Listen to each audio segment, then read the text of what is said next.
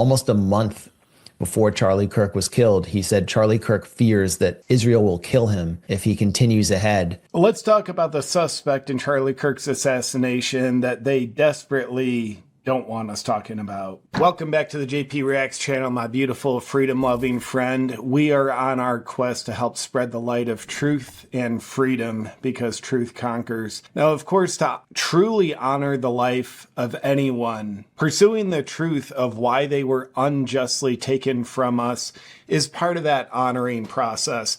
Now, as I look online, there is so much noise out there. And personally, I don't feel any benefit, and I don't necessarily think it's super helpful when people are just floating out wild speculations about Charlie Kirk's killer and who was behind that. However, there's one that's come up that to me is worthy of consideration. We'll hear from one in just a second with some rather disturbing clips. But first, let me just address the obvious. It's obvious that the gunman has been taken into custody, complete with really interesting stories, whether it's a distraction or true. 22-year-old gunman pulled the trigger, we got the killer, and he was living with his transgender boyfriend. So right now, I don't have any reason to doubt that that's not true. However, I never probably put 100% of my trust in an official narrative, but I don't have doubt that that's true. So why are we doing a video exploring a suspect in the assassination that they don't want us talking about? It's because we got to ask ourselves, well, who was behind that person? Who potentially radicalized that person? For any guilty party in a big assassination, a lone gunman is the most convenient thing to get people to believe. Now, as you heard in the opening statement, it's reported that Charlie Kirk actively feared that Israel would kill him. And we'll hear why in just a few minutes. So you can say, well, it's not Israel. It was like this radical leftist 22-year-old college student. What if they were connected? I'm not saying they are. I'm just saying there's some information worth hearing about to consider. So much like Osama bin Laden, just a piece of garbage terrorist.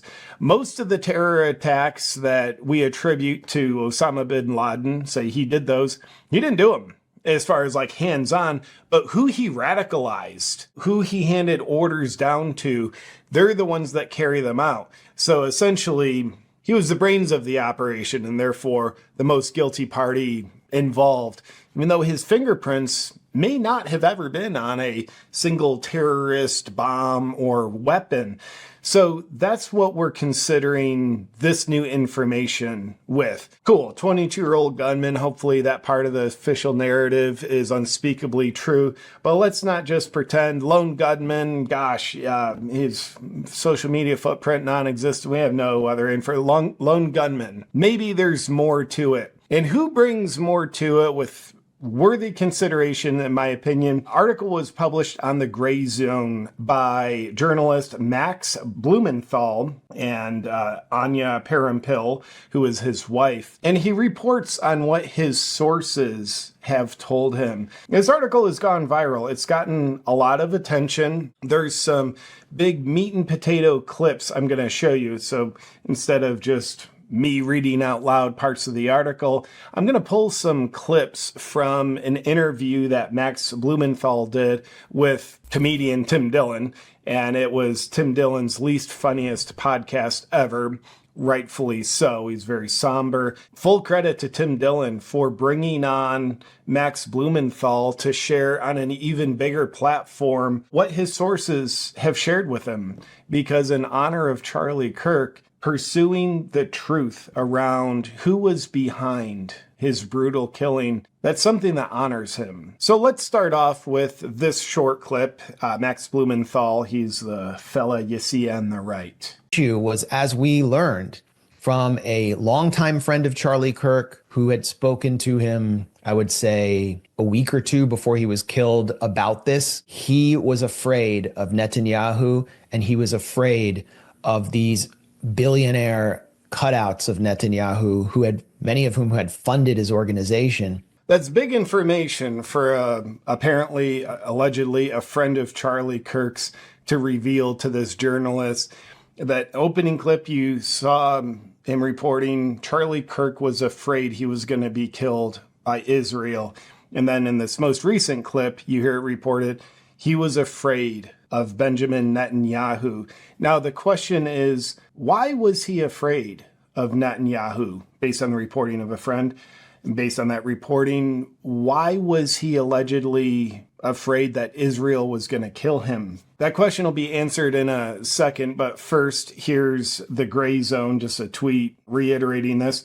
Charlie Kirk refused Netanyahu funding offer, was frightened by pro-Israel forces before death.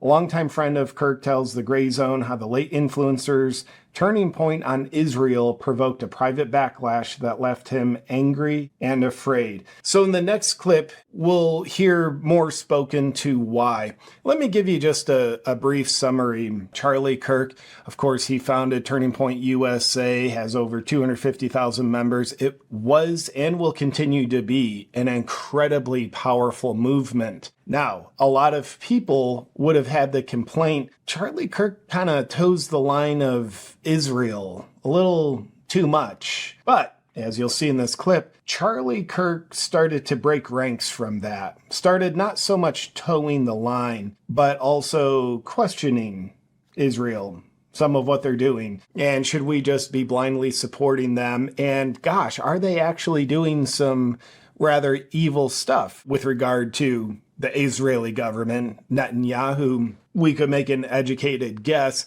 Netanyahu offered major funding for Charlie Kirk and Turning Point USA, and the educated guess would be that would be an agreement to start towing the line properly again on the Israel narrative that's preached to millions and millions of Americans, to which Charlie Kirk said, no, I'm not going to do that. Which, if that's all true, hats off to Charlie Kirk for putting truth and principle before, well, money. Well, that's what Harrison Smith, who is a personality at InfoWars, pro-Trump outlet, has said, based on a source he spoke to. I don't know him. I don't know what source he spoke to, but he said this on August 13th. So almost a month before Charlie Kirk was killed, he said Charlie Kirk fears that Israel will kill him if he continues ahead, providing space in the largest conservative youth organization in American history, which is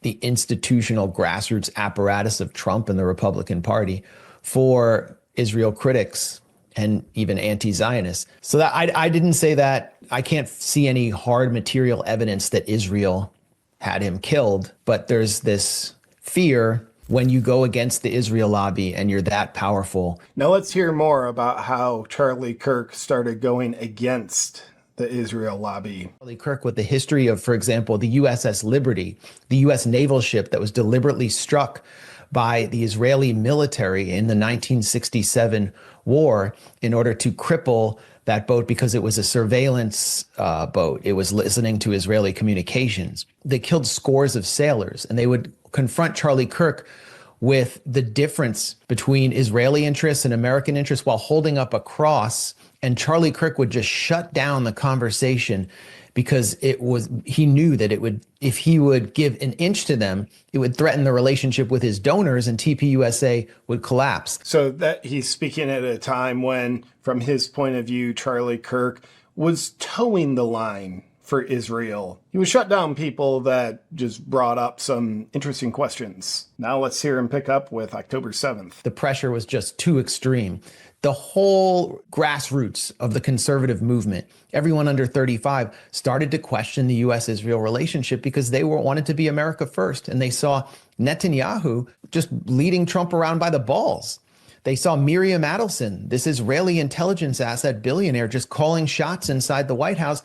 And a lot of them are pro-life and were horrified by the slaughter of babies that they saw in Gaza. So the bottom dropped out of right-wing youth support for Israel to the point where now only about 25% of Republicans under 35 support Israel over Palestine. So Charlie Kirk has to answer to his own grassroots base. And you can hear he's starting to make some noises. He's talking about October 7th possibly being an inside job. Israel let it happen in order to carry out long-term political goals. There's kind of a convincing theory, if you ask me. So right now we know there's a big uproar in the CDC. Trump is calling for transparency with big pharma and like their drugs. And the old guard at CDC is on their way out. Everybody's raising a fuss. And that's exactly why I love ground news. They empower you to be informed with transparency instead of deception. Let me show you some of the features that I absolutely love. And on this particular story, Trump calls on pharmaceutical companies to justify success of COVID drugs. You can see there's 93 total news sources, 10 lean left, 25 lean right, and 16 are centered. And you can even sort the articles based on left, center, right. For example, Zero Hedge, they're a right-leaning outlet titled, "I want the answer. Trump demands Pfizer prove mRNA jabs work." Pretty right-leaning headline. And if we click over to the left-leaning headlines, for example, NBC News leans left, to say the least. Trump demands pharmaceutical companies release COVID drug success rates, which of course implies there's a success rate to release. And I also love the blind spot feature of ground news. Stories disproportionately covered by one side of the political spectrum. So this headline, Rosie O'Donnell apologizes for saying Minneapolis shooter was a MAGA person. That is a blind spot of the left, with just 6% of the coverage coming from left-leaning sources and 88% coming from right-leaning sources. And ground news makes it easy to stay informed while eliminating the deception that is so rampant in media. Stop getting deceived and get informed. And right now, save 40% off the Vantage subscription by scanning the QR code you see on your screen now, or go to my link in the description, or hit up ground.news/JP. Now back to the video. He starts to question whether Jeffrey Epstein was an Israeli Mossad agent at a time when the Epstein files were becoming an uncomfortable issue for Trump. And it all blew out into the open at TPUSA's July Youth Summit in, I believe it was Tampa, Florida. Yeah. Might have been Tallahassee. Yeah, Tucker gave the speech. Right. Right. So Tucker gave a speech. I mean, that was the seminal moment, but it wasn't just Tucker. Megyn Kelly had started questioning Israel, and she's on stage calling Jeffrey Epstein a Mossad agent with Charlie. Comic Dave Smith, who, like myself, is a Jewish anti-Zionist, but he more comes from kind of the libertarian world. So he was welcomed on stage to debate a Zionist propagandist who works for Newsweek, Joshua Hammer. No, that's not something you want, especially at this point, if you are like a pro-Israel enforcer. And Dave Smith was openly talking about the slaughter of children in Gaza, and the crowd was cheering in this cathartic way. Then Tucker comes out, says, you should have your citizenship yanked if you fight for a foreign army. Hundreds and hundreds, thousands of American Jewish youth go to Israel and fight for their army instead of our own. So that's a direct blow to not just the Israel lobby, but like the whole concept of Jewish communal life as it's understood by its leadership. Then Tucker calls out Bill Ackman, who's one of the biggest Netanyahu money men inside the US, who's pulling strings at Harvard, getting their funding pulled unless they crack down on Palestine activism. And he questions he calls him a scam artist and said, how did he make $9 billion? Like, where did it come from?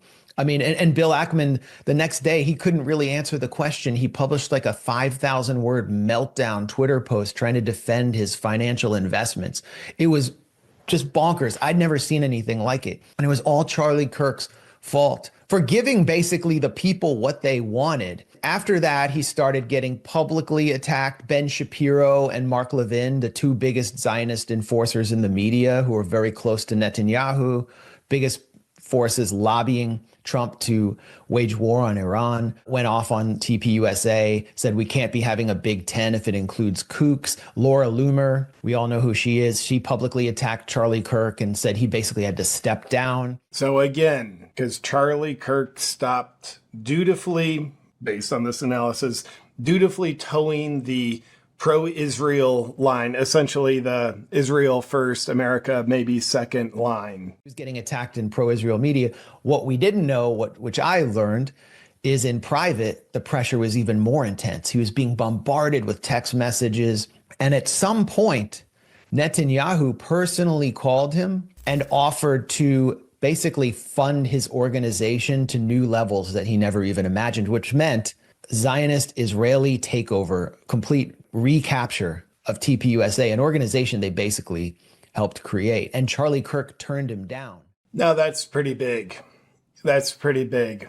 It's one thing for Turning Point, again, based on this analysis, but taking his perspective, for Turning Point originally to be all about cool conservatives in America, let's get this message to the youth, while also getting the kind of Israel first propaganda to America's youth.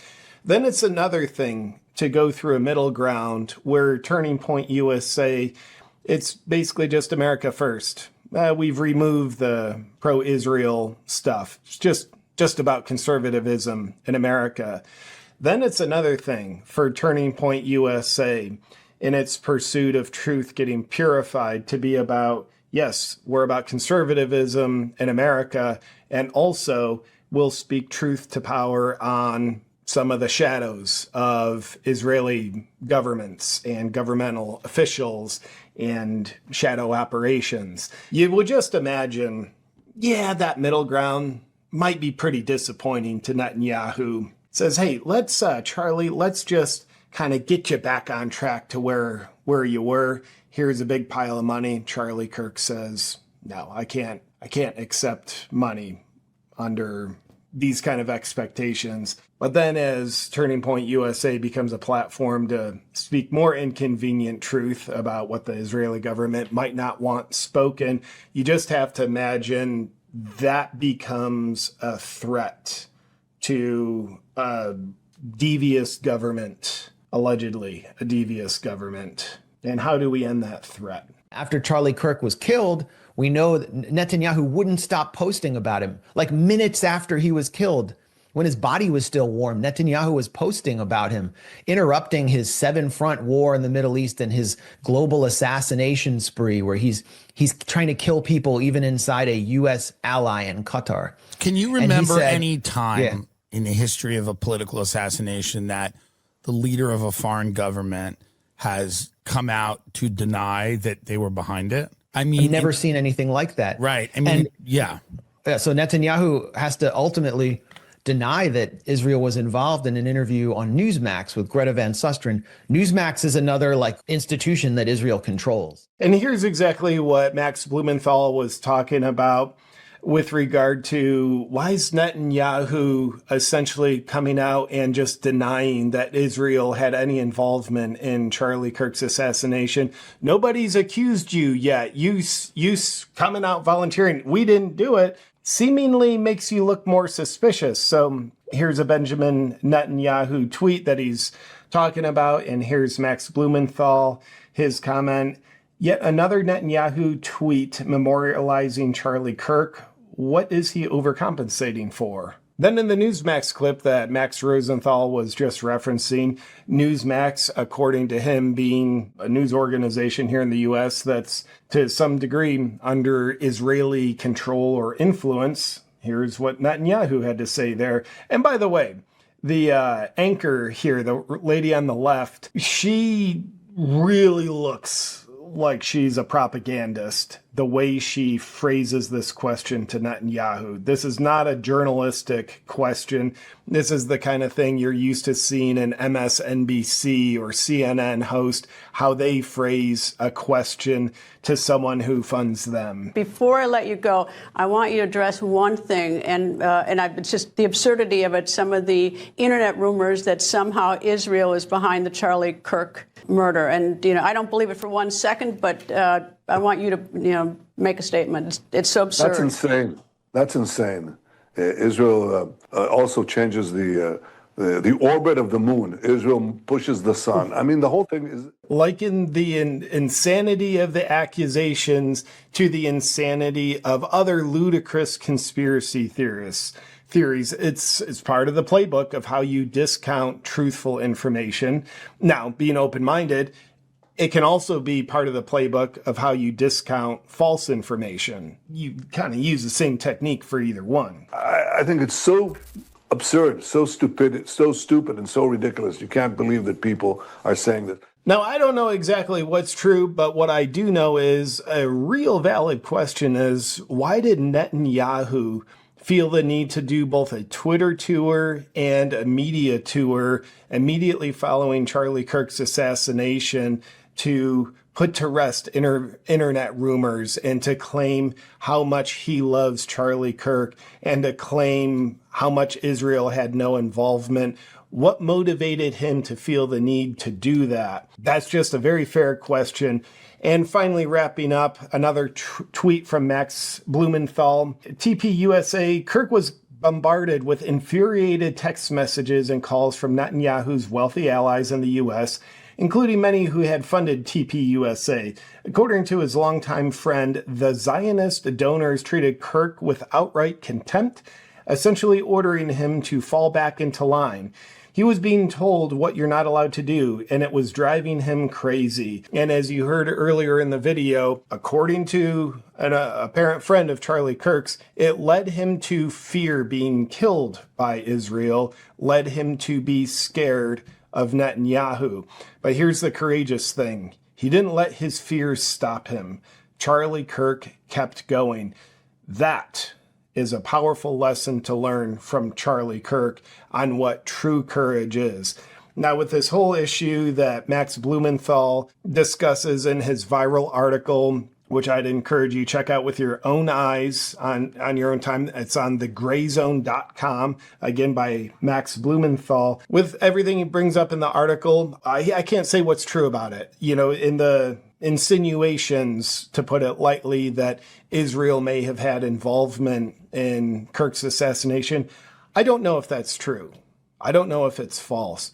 What I do know is, in honor of a great man who was very powerful and clearly chose the side of God, the questions deserve to be asked. With that said, let me know your thoughts on this whole issue in the comments below, and I'll look forward to seeing you on our next video. But until then, stay free.